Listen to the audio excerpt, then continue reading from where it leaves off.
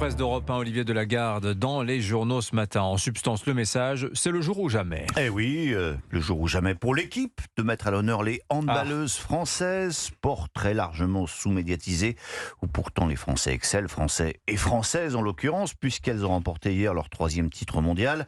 Seul au monde, titre le quotidien sportif avec cette très belle photo pleine page d'Amandine Leno, Laura Glauser et Atadou Sakho s'enlaçant après leur victoire. Parfois accusée de ne pas faire une part assez belle au sport féminin, l'équipe fait le job ce matin et ses lecteurs revivront le match d'hier sur 5 pleines pages. Mais il y a fort à parier que ces mêmes lecteurs vont aussi, et peut-être avec une petite amertume, se replonger un peu plus loin dans le souvenir d'une autre finale.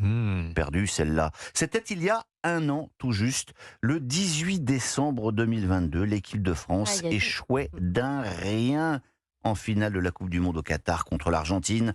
Un an après, l'équipe consacre un premier volet de 2 pages à ce match d'anthologie et tous les supporters à qui il a bien fallu une année entière pour digérer la défaite vont revivre sous la plume de Damien Degore cette première mi-temps complètement loupée, le réveil des Bleus à 20 minutes de la fin, les 3 buts de Mbappé et les câlins de Macron à son endroit. C'est-à-dire dans le Parisien également. On passe à un autre match auquel s'intéressent les journaux ce matin, Olivier. Le match de la loi immigration. 7 députés, 7 sénateurs réunis dans le huis clos de la commission mixte paritaire. En fait, la rencontre va se jouer entre les parlementaires de la majorité et ceux des LR. Alors vos journaux ne connaissent pas encore le nom du vainqueur. En revanche, ils connaissent déjà celui du vaincu. Inutile d'attendre la séance des tirs au but, c'est Emmanuel Macron, affirme Yves Tréhard à la une du Figaro.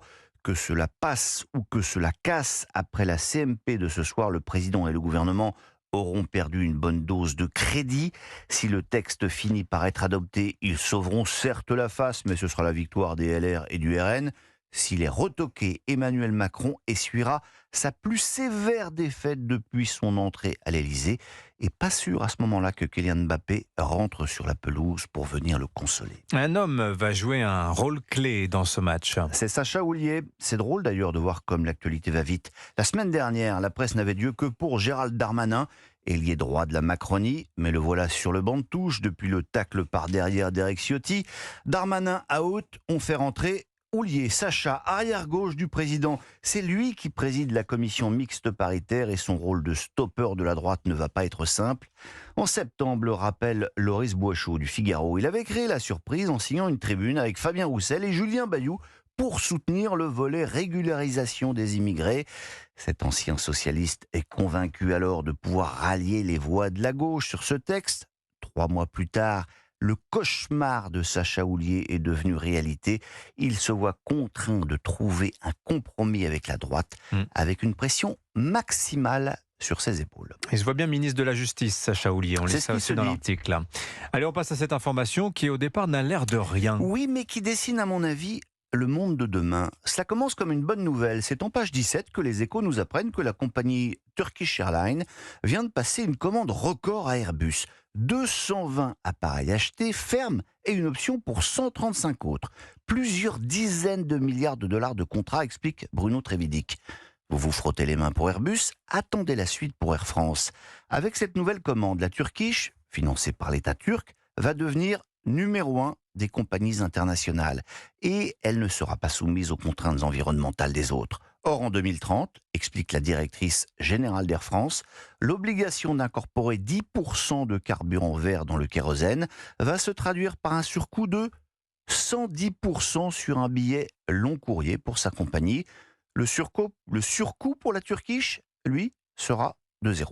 L'angélisme vert et le surcoût fiscal à la française. Olivier Delagarde, vous nous proposez de terminer notre lecture des journaux par les geôles du château Saint-Ange à Rome. Oui, tous ceux qui ont eu la chance de séjourner dans la ville éternelle connaissent cette merveille de l'architecture médiévale sur les bords du Tibre, à 200 mètres de la basilique Saint-Pierre. Elle fut un refuge pour de nombreux papes et une prison pour leurs ennemis. Alors pourquoi est-ce que je vous raconte tous ces trucs du passé ? Eh bien parce que ça pourrait redevenir d'une brûlante actualité. Ce n'est pas une blague. Au Vatican, un cardinal pourrait être prochainement embastillé. C'est le Figaro qui consacre une pleine page à la nouvelle sévérité de la justice papale. Dernièrement, raconte Jean-Marie Guénois, une peine de 5 ans et demi de prison a été prononcée à l'encontre du cardinal Becciu dans une affaire de malversation financière.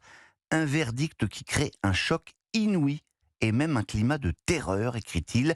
Si la volonté de François de lutter contre la corruption financière est saluée, beaucoup s'inquiètent désormais de son autoritarisme, car plus le pape sent sa fin arriver, plus il semble verrouiller l'institution. Stupéfait par la dureté du pape, un religieux établit même un parallèle entre l'anniversaire de François, 87 ans hier, et celui d'Hérode, qui se fit livrer, comme on le sait, la tête de Jean-Baptiste sur un plateau. Mais dis donc, quelle comparaison. Merci beaucoup, Olivier Delagarde.